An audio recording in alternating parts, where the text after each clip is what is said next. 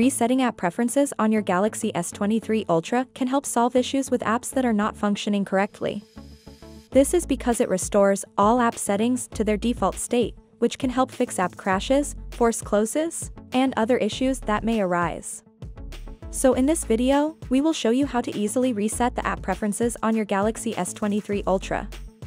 To begin, open the Settings app on your phone. Scroll down to find apps and once found, tap on it. On the next screen, tap the three dots in the top right corner and select Reset App Preferences.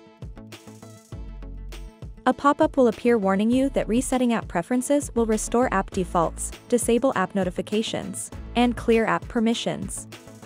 Tap Reset to proceed. After the process is completed, restart your device. Once your device has restarted, open the app that was causing the issue and check if the problem has been resolved. You may ask, why do I need to learn this procedure? Well, resetting app preferences can help to clear out any app permissions or notifications that may be causing problems, allowing your apps to run smoothly once again.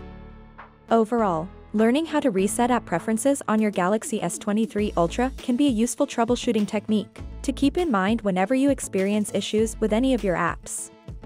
We hope that this tutorial can help you one way or another. Have a great day and thanks for watching.